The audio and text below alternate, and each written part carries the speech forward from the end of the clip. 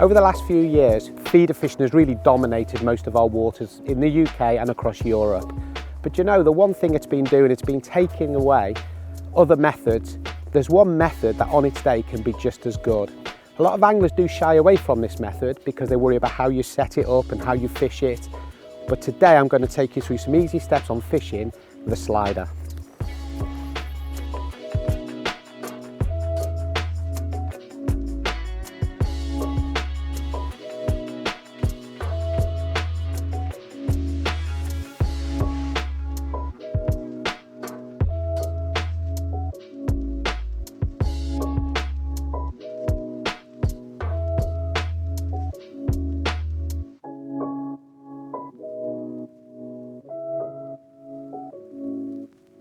Right, we're just about ready to go now. Really excited about this today. Lovely way of fishing. So I'm just going to cast out now, first cast. And let's see how we go.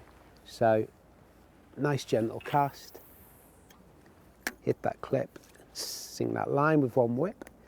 So yeah, but what I'm going to do is get a few fish in the net, get it going. And then as we go on through the day, I'm going to go through a few of the simple tips and easy steps on how to fish this method, and you'll soon see that it's not as scary as it may sound or seem. So yeah, let's see how we get on. Let's kind of try and get a few fish now. Hopefully a few nice roach would be nice.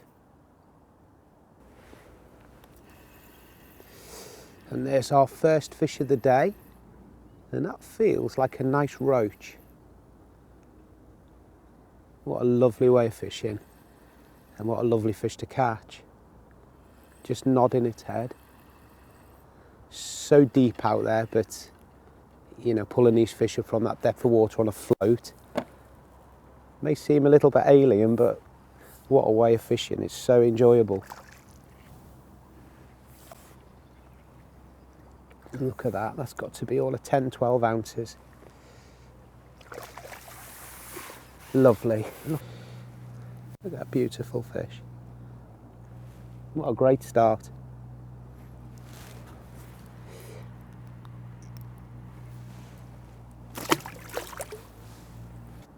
So a few more fish like that, and then I'm going to run you through the setup. Like I said, it is a simple setup and all the approach into how to catch fish like that.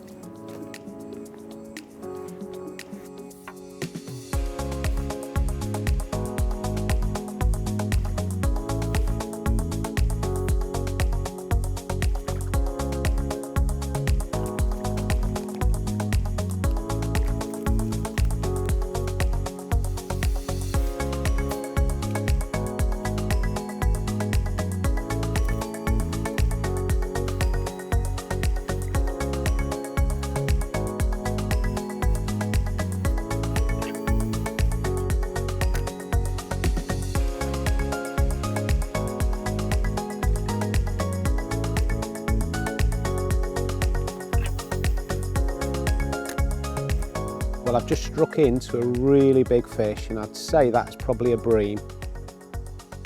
But I suppose what I'm saying is at the very beginning in the intro was we talk about the feeder being the method for bream, but this can also be a method that can catch bonus fish as well. But you also catch all those roach too. That's another important point to measuring the distance.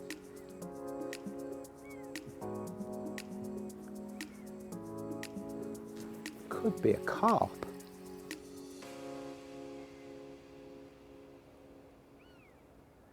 Feels big. I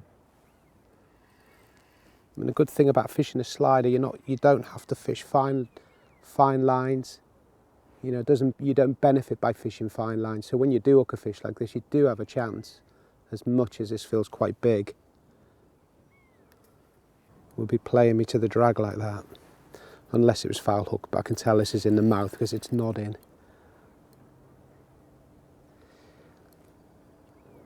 These fish tend to be the fish that carp anglers come for. You know, they're not the kind of fish we tend to fish when we go to a commercial. You know, the small stocky fish. This is obviously quite a big fish. You'll soon see because it's not that far under the surface. Thing is, I'm only fishing 012, so as much as for roach and bream, skimmers, that's ideal. When we're talking about a fish of this size,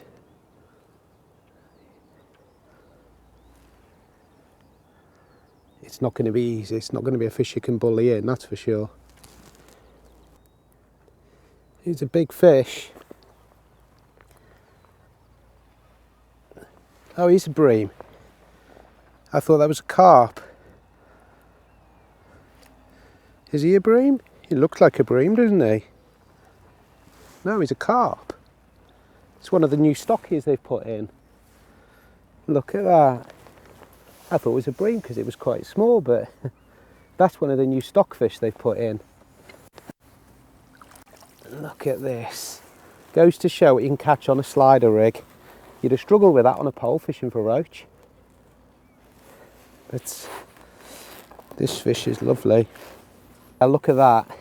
That's one of the stockies. I'm kind of glad it is one of the stockies because the fish in here are very big. You know, I actually caught a fish a year before last it was, and it was 26.5 pound on a feeder with 014 hook length. So this was on 012 on the slider. Let's just get the hook out and show you him or her. Get that in there. And as you can see, I'm going to get this one back because we won't put this in a keep net. It's one of the new stockfish, which is a lovely fish, lovely mirror carp. Just goes to show what you can catch on a slider. Let's get him back to the water.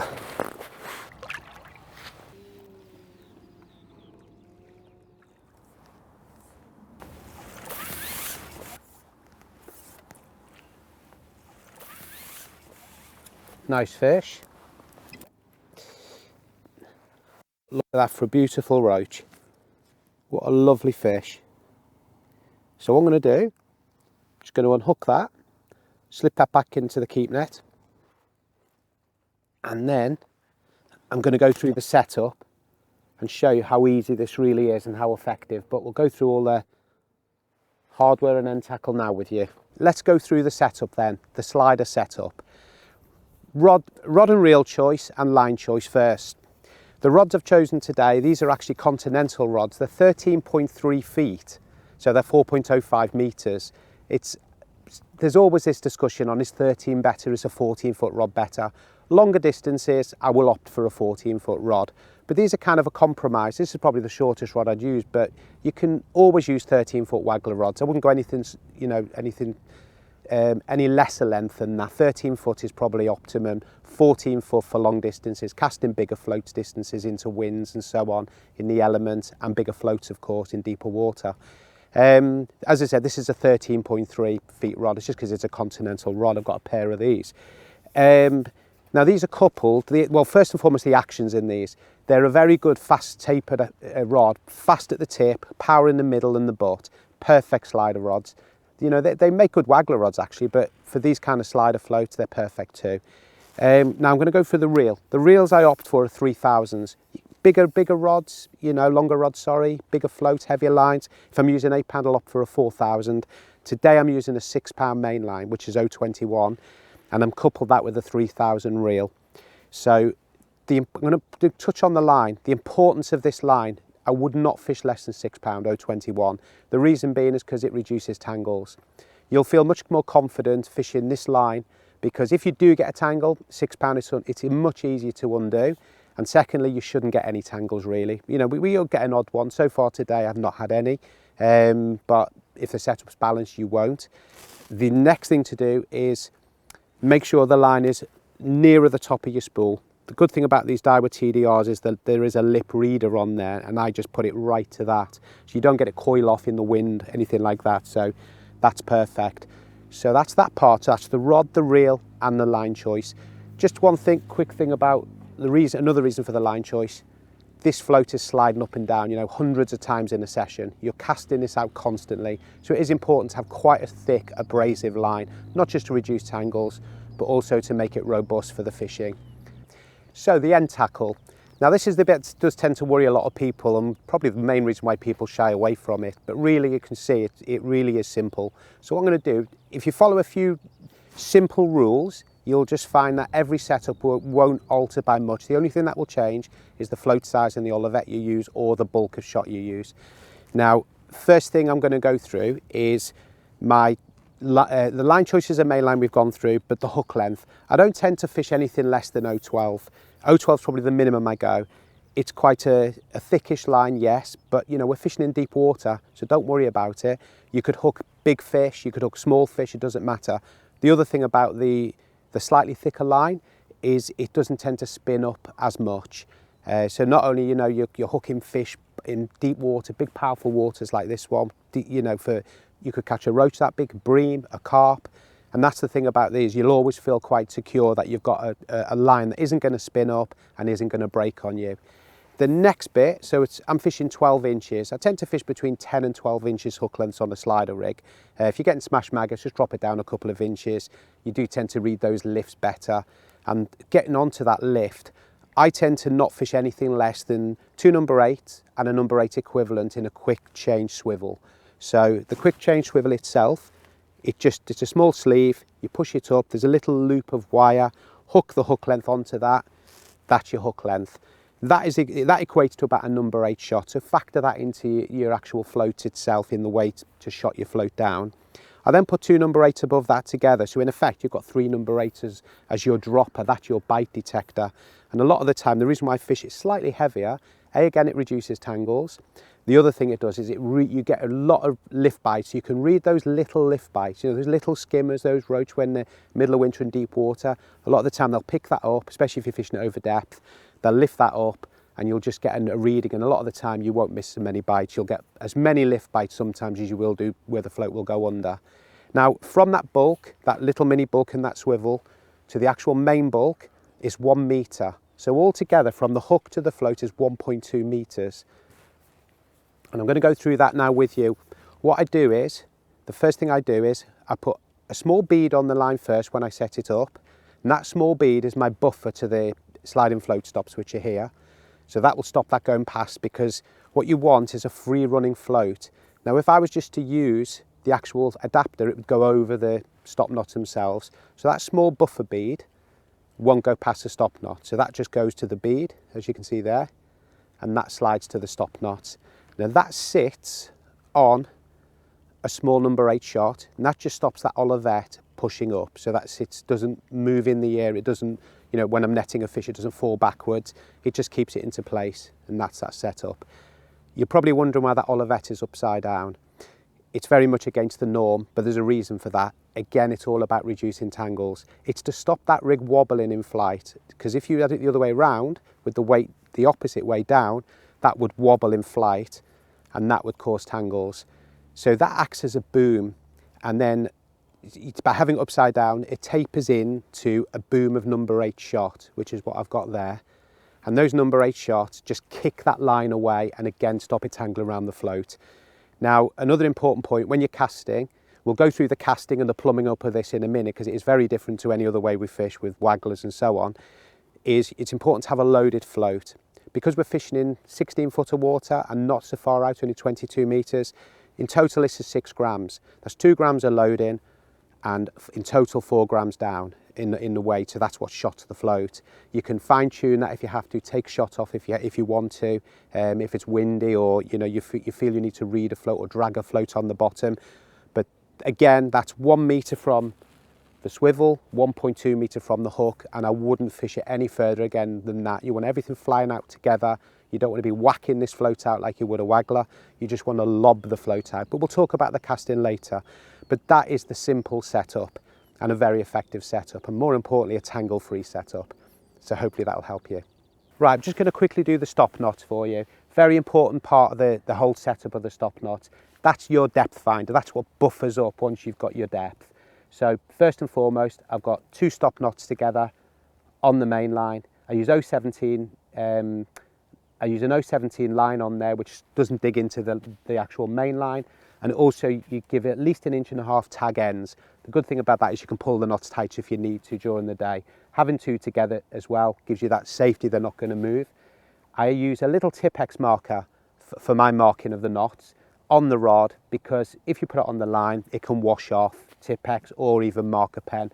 And then you know if you're going over depth or under depth and so on. So that's the stop knot. Very simple and effective. Right, I'm just going to go through how you actually plumb the depth with the slider. Now, it is a nice luxury to have a kind of a plumbing up rod, a spare rod, but we don't always have those. So what I'm going to do is I'm going to explain this. I use a treble A, a non-toxic treble A shot.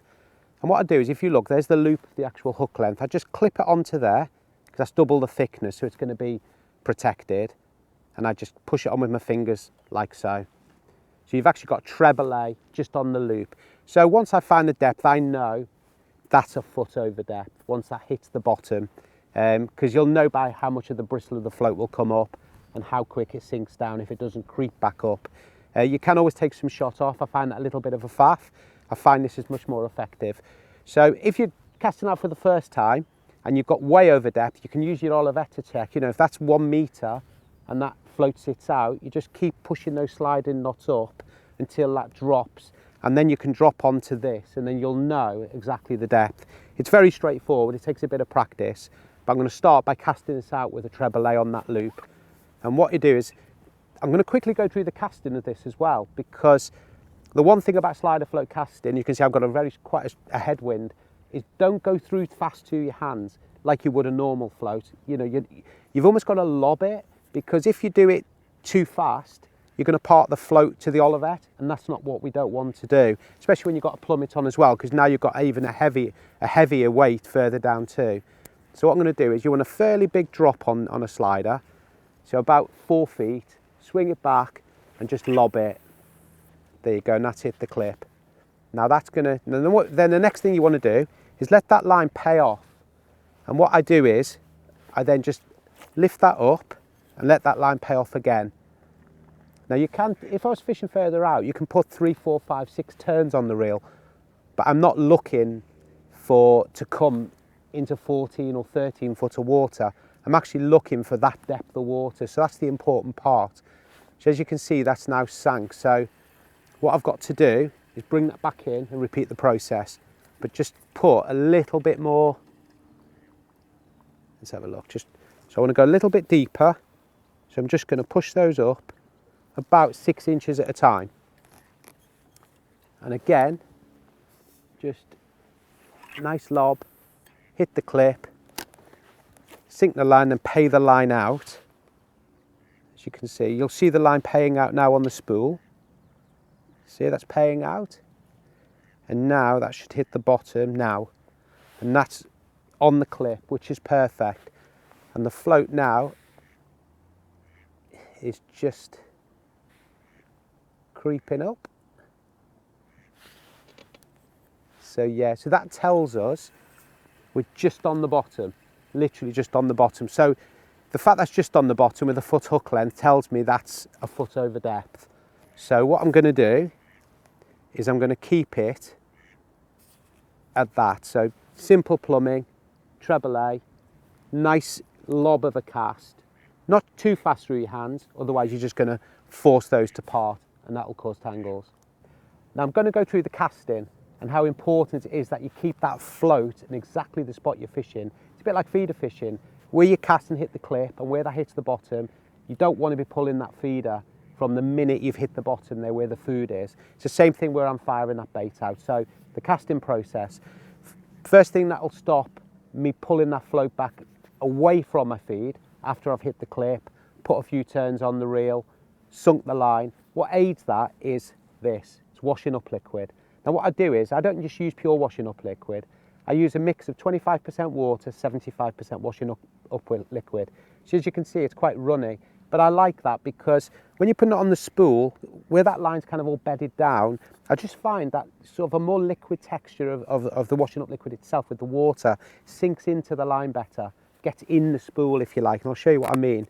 Just literally just pour a small amount over the spool, like that, and then just literally run it round with your fingers, like that. And I can do that just by turning the handle and then put my hand around. As you can see now, that line, it's all bedded in ever so quickly because that is water. Always handy to have a towel as well. So what I'm going to do is, it's important to get that washing up liquid on there because that tends to cut through the film. A lot of lines are coated, they're Teflon coated. And what you find is on days like today where it's kind of 1 minute it's a little bit windy, then calm, you've only really got to whip the rod. Just whip it with the underwater, or just flick it, or a couple of turns on the reel, then lift the rod up, and you'll find that will sink. And then you know you're fishing in the same spot every time. So I'm just going to go through the casting now. And like I said, the cast on a slider is different. Give yourself at least 4 or 5 feet drop. And then what you do is just bring it round gently, and then it's almost a lob. Hits the clip, nice plop on the water. Now watch the line. So that I've just paid the line out there first, give it a whip, that's already sunk. Then just what I do is, because I'm not fishing that far out, I just pull it back and then let it drop. Now that Olivet will drop right on top of that feed. It's not coming back, it's literally, you can see the bristles going down now. And once that settles and that line sinks, that gives me enough line to fish with. So that's down now and that's sunk. And as you can see, that line is on the clip. And in fact, I've got 1 turn on that, which is great because it's all gone slack.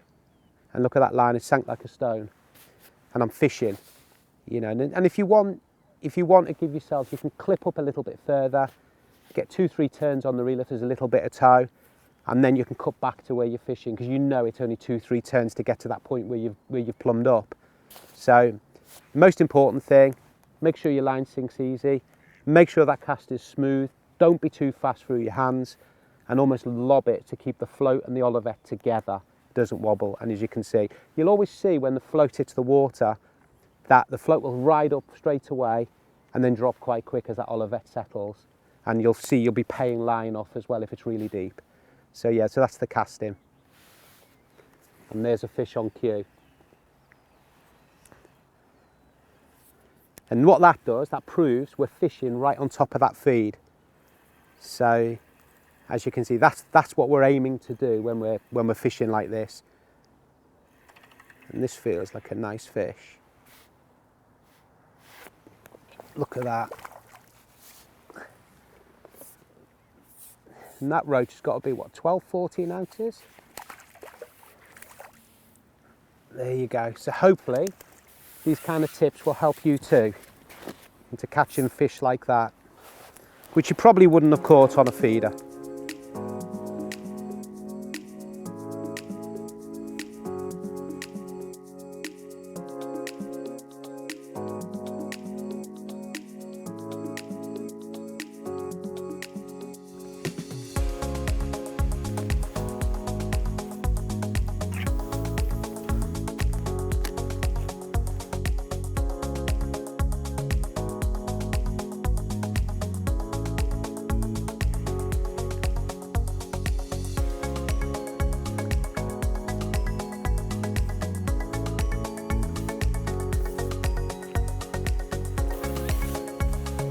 Nice fish, 10 ounce.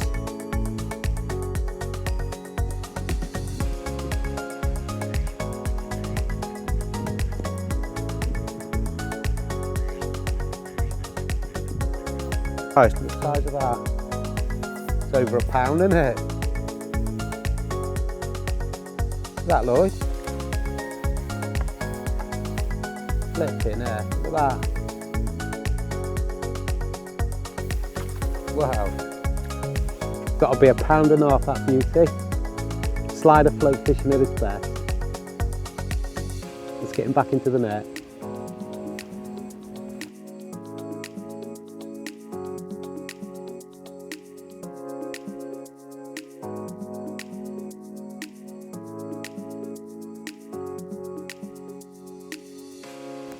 I've touched on ground bait consistency and the fact that I want that ground bait to be quite dry so I can squeeze it quite tight in one fist.